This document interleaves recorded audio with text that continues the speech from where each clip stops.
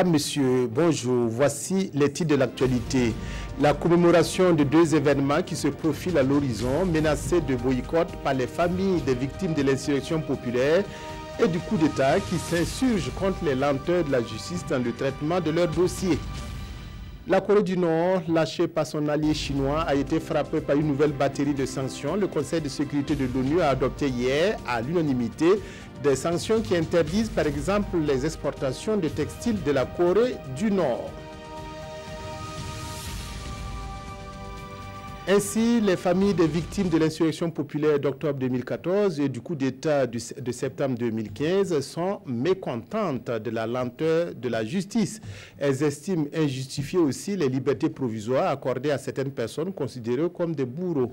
Les familles des victimes souhaitent voir bouger les lits, sinon un boycott des commémorations à venir pourrait être envisagé. Reportage Jean-Hugues Bayala, Zoubaviel, David Dabiré. Ces associations de parents de martyrs et de blessés dénoncent les lenteurs de l'institution judiciaire dans le cadre des dossiers de l'insurrection populaire et du coup d'État manqué de 2015. Et les libertés provisoires accordées ça et là ne sont pas pour les rassurer. Ces faits constituent à leurs yeux une entrave à la manifestation de la vérité. Quand on sait que ce n'est plus une question de moyens, les moyens ont été donnés. Ce n'est pas une question de personnes. Les juges sont là. Ceux qui ont été désignés comme présumés coupables sont là. Ce n'est pas une question de temps non plus. Depuis 3 ans, 2 ans, nous sommes là et ça tourne en rond. Je ne pense pas que nous faisons de la pression. Au contraire, c'est légitime de demander justice. Et si la situation n'évolue pas dans les jours à venir, les familles de victimes entendent prendre des mesures conservatoires. Mesures qui consisteront dans un premier temps à boycotter les rencontres et autres activités organisées au nom des martyrs.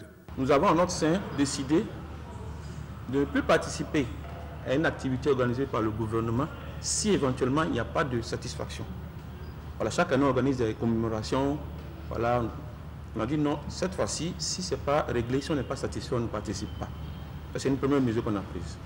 On peut aller au-delà, on va voir venir. Si amélioration, on décidera au moment opportun. Mais pour le moment, c'est ce qu'on a décidé. L'avertissement intervient à quelques jours de la commémoration des événements du coup d'État manqué de 2015 et de l'insurrection populaire. Il laisse planer le doute sur la participation de ces associations. En plus de cette quête de justice, ces associations interpellent le gouvernement pour le respect de ses engagements sociaux envers les familles des victimes.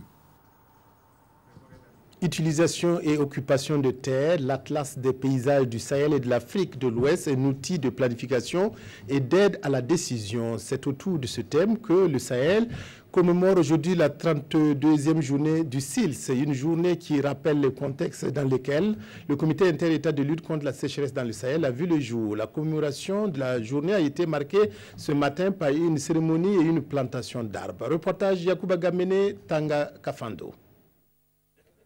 Une plantation symbolique pour rappeler le but, les missions et le contexte de la création du SILS, le comité permanent inter-État de lutte contre la sécheresse dans le Sahel. C'est à l'occasion de la commémoration de la 32e journée de l'organisation. Le SILS a 44 ans et les enjeux restent les mêmes. Récupérer les terres dégradées, reverdir le Sahel et nourrir les populations. Et cette année, le SILS accueille un document d'intérêt majeur intitulé Atlas sur les pays de l'Afrique de l'Ouest, une fenêtre sur un monde en pleine évolution. Un ouvrage produit avec le partenariat de USAID et de l'Institut d'études géologiques des États-Unis. Ayant un document de ce genre, notre défi, c'est de faire en sorte que toutes les défaillances soient résolues et faire en sorte que nous puissions récupérer nos terres qui sont dégradées et faire en sorte que ces terres qui sont dégradées puissent être des terres productives et faire en sorte que nous puissions résoudre un tant soit peu le problème de l'insécurité alimentaire dans nos pays et aller à la sécurité alimentaire et même à la souveraineté alimentaire de nos pays. La journée sera également marquée par des conférences sur l'accès à la terre, la récupération des terres dégradées, la lutte contre les migrations par la création d'emplois pour les jeunes à partir du travail de la terre. Plusieurs réunions se sont ouvertes ce matin à Ouagadougou pour évoquer la surveillance et la réponse aux épidémies de méningite en Afrique. Une centaine de participants venus de 26 pays vont passer en revue la situation épidémiologique et la réponse aux épidémies de méningite en Afrique. La rencontre devrait enfin évaluer les progrès et définir les perspectives d'introduction du vaccin MENAFRIVAC à travers les campagnes de vaccination préventive et la vaccination de routine. Les précisions de Amadou Ilboudo et de Oumou Sissé. Depuis l'introduction du vaccin MENAFRIVAC en 2010, l'on note une réduction significative des cas de méningite de type A en Afrique, selon l'Organisation mondiale de la santé. Néanmoins, d'autres souches continuent de sévir. À cette rencontre, ces acteurs de la santé venus des pays de la ceinture méningitique vont essayer de trouver des solutions aux épidémies qui surviennent essentiellement pendant la saison dite épidémique qui s'étend de janvier à juin. Par rapport à ces épidémies qui surviennent, ce que nous recommandons au pays, c'est de mettre en place un système de surveillance afin que très tôt on puisse détecter les cas, les premiers cas et les prendre rapidement en charge. Car ce qu'on veut éviter, c'est les décès. C'est le 6 décembre 2010 que s'est effectué à Ouagadougou le lancement de l'introduction du vaccin conjugué MENAFRIVAC. Et depuis cette date, des progrès sont enregistrés. Depuis qu'on a introduit ce vaccin pour les personnes de moins de 30 ans, d'abord en campagne de masse et ensuite dans le programme élargi de vaccination, nous n'avons observé que 4 cas de ce type de méningite. Il reste d'autres cas de méningite, mais on ne voit plus, comme on voyait avant, ces épidémies massives de méningite. Et depuis 2010, ce sont environ 278 millions de personnes âgées de 9 mois à 29 ans qui ont été vaccinées dans l'ensemble des 21 pays sur les 26 pays de la ceinture méningitique. Parlons toujours santé. Le réseau des journalistes pour la lutte anti-tabac sensibilise pour un plus grand respect des lois sur le tabagisme au Burkina. Il s'agit notamment du décret obligeant l'industrie du tabac à apposer des avertissements sanitaires sur les paquets de cigarettes. Décret pris en avril 2016, mais loin d'être respecté, d'où le signal d'alarme du réseau pour lutter contre les dangers du tabagisme au Burkina. Wendata Nathalie Kaori. Il y a eu une première alerte dont il fut le médecin, à savoir que j'avais fait une pneumopathie. Cette voix de M. Khalil Traoré n'a pas été truquée. Elle est la conséquence de la cigarette que cet homme a fumée pendant plus de 30 ans. Victime d'un cancer de la gorge, sa voix n'est aujourd'hui audible que grâce à cet appareil phonatoire qu'il porte constamment sur lui. Quand je dis à quelqu'un de ne pas fumer, il me demande pourquoi. Je lui demande, tu as 17 millions. Ah, le gars dit, mais alors là, qu'est-ce que tu avais dit? Je dis, bon, c'est comme moi. Moi aussi, je n'avais pas 17 millions. Mais donc, c'est-à-dire que si toi, tu n'as pas 17 millions et que tu contractes mon mal, là, tu meurs. Moi, j'ai fumé 32 ans à raison d'un paquet par jour. Comme lui, de nombreuses personnes, soit 18,9% de la population burkinabé, vivent quotidiennement les conséquences dramatiques du tabagisme. L'industrie du tabac, qui avait jusqu'au 7 avril 2016 pour apposer des images dissuasives sur les paquets de cigarettes, tarde à s'exécuter. Face à ce constat, le réseau des journalistes pour la lutte anti-tabac remobilise le monde des médias pour plus d'implication dans cette lutte. C'est de faire en sorte également que nous puissions actualiser notre plan d'action pour l'adapter au contexte du moment. Vous savez également que nous sommes engagés dans une campagne de sensibilisation des autorités mais également des populations afin que le Burkina Faso puisse aboutir à la position des avertissements sanitaires graphiques sur les paquets de cigarettes. On est vraiment engagé à fond dans cette dynamique-là parce que nous estimons qu'il n'est pas normal que des pays qui ont pris le train en marche puissent nous devancer, à l'image du Sénégal qui a accepté à poser les avertissements sanitaires graphiques sur les paquets de cigarettes depuis le 17 août dernier. Le souhait du REJAT est que le Burkina Faso emboîte le pas au Sénégal en faisant appliquer le décret de 2016. En attendant, les journalistes se sont engagés à multiplier les initiatives pour sensibiliser les populations et interpeller les dirigeants sur la dangerosité du tabac sur la vie des Burkinabés. Reportage de Nathalie Kaoré avec la voix de Vincent Tiendrebego. La deuxième édition de Ouaga Film Lab a été lancée hier et se déroule jusqu'au 23 septembre prochain. Ouaga Film Lab est une plateforme de détection de talents dans le domaine du 7e art afin de les mettre en contact avec des producteurs internationaux. Cette année, 15 réalisateurs nationaux prennent part à la formation pour la conception de films et la présentation de projets pour mieux accéder au guichet de financement. Les précisions avec Roger Kam et Ismaël Djiloma Sirima. 15 jeunes réalisateurs sur le point d'entamer une formation de 2 semaines. L'initiative est de Ouaga Film Lab, qui est une plateforme pour renforcer les connaissances des réalisateurs dans la fabrication et la conception de projets cinématographiques. Ouaga Film Lab se veut aussi un cadre pour apprendre à être concis et précis dans la présentation de projets au plan international. Quand on écrit un scénario de 100-150 pages, comment arriver à le résumer en 3 à 5 minutes? Moi, je pense que c'est là aussi. Ce sont des choses en fait qui ne se font pas sur le continent africain, mais Ouaga Film Lab, en fait, il sait quand même de le faire. L'année dernière, ce qu'on a fait, ça permet à des projets qui sont à Cannes ou à Venise ou à Berlin de pouvoir passer en fait sans problème en fait à des séances de pitch pour pouvoir accéder à des financements. Au terme de cette formation, les meilleurs concepteurs de projets cinématographiques seront primés.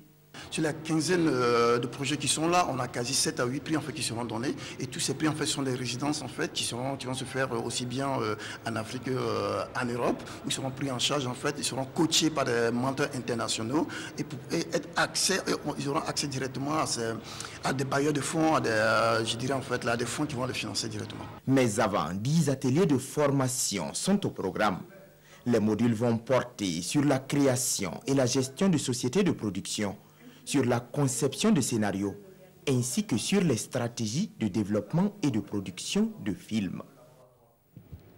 Des récompenses comme s'il en pleuvait pour les meilleurs élèves et enseignants du Kouritenga qui ont connu leur nuit du mérite. Une soirée organisée par l'association pour le Kouritenga, Je m'engage, pour rassembler les filles et fils autour du développement de la province. La soirée a été marquée par la prestation de plusieurs artistes musiciens. Reportage à Coupela, Césaire Carrefour, Vincent Tiendrebego. Une soirée de grand rassemblement ce samedi 9 septembre à Coupela. Habitants de cette ville et ressortissants de la province du Kouritenga ont sonné ce rassemblement pour célébrer l'excellence scolaire.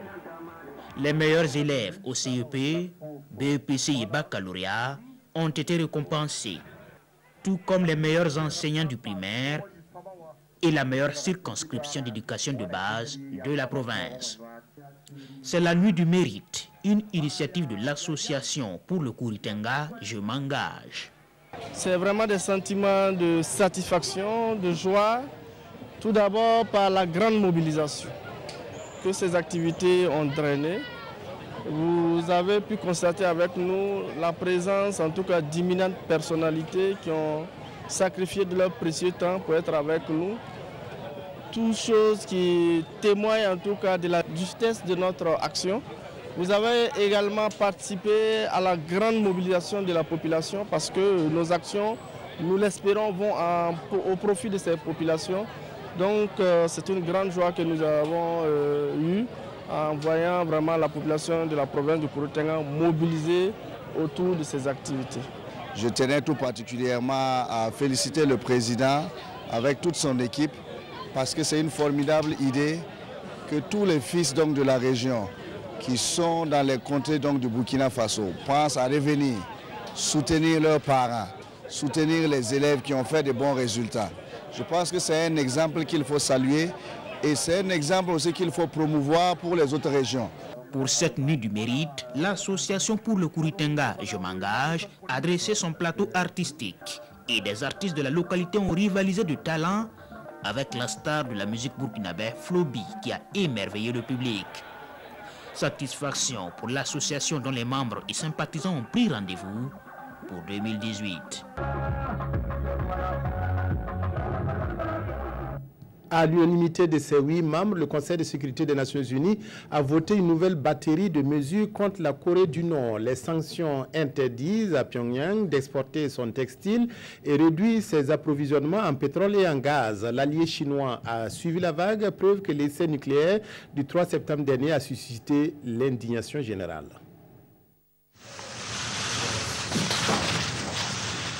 La Corée du Nord fait l'unanimité contre elle au Conseil de sécurité des Nations Unies. Ce lundi, l'ONU a adopté une nouvelle batterie de sanctions contre Pyongyang. Ses exportations de textiles ont été interdites et ses approvisionnements en gaz et en pétrole réduits. Nous ne cherchons pas la guerre. Le régime nord-coréen n'a pas encore franchi le point de non-retour. Si elle accepte d'arrêter son programme nucléaire, la Corée du Nord peut retrouver un avenir. Si ce pays prouve qu'il peut vivre en paix, le monde vivra en paix avec lui. Mais si la Corée du Nord continue sur sa lancée, nous continuerons à faire pression. Cette 8e série de sanctions, approuvée par la Chine et la Russie, vise à punir Pyongyang pour son essai nucléaire du 3 septembre dernier. Un essai célébré en grande pompe par Kim Jong-un lors de cette cérémonie. Les images ont été diffusées ce dimanche par la télévision publique nord-coréenne. Le Conseil de sécurité des Nations Unies devrait se réunir demain à la demande du Royaume-Uni et de la Suède pour se pencher sur la situation de la minorité musulmane Rohingyas. La Birmanie est soupçonnée de nettoyage ethnique avec le départ de 370 000 Rohingyas qui ont fui le pays et les violences dont ils sont victimes. Cette crise a commencé avec des attaques de rebelles Rohingyas contre la police birmane, ce qui a déclenché une répression de l'armée.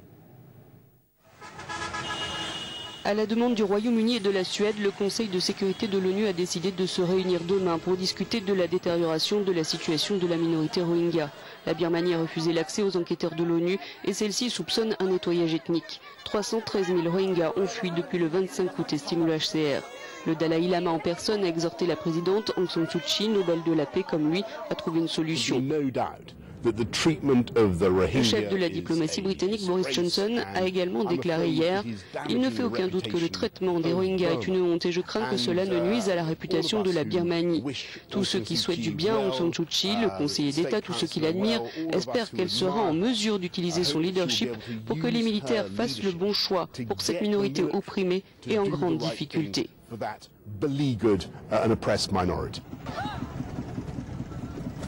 La Maison-Blanche s'est de son côté déclarée profondément troublée par cette crise. Elle appelle les autorités birmanes à respecter la loi, à stopper les violences et les déplacements de cette population. J'ai encore d'autres parents, explique ce réfugié. Ma tante vit dans un village au Myanmar. Ils m'ont appelé et m'ont dit que les militaires avaient incendié leur maison.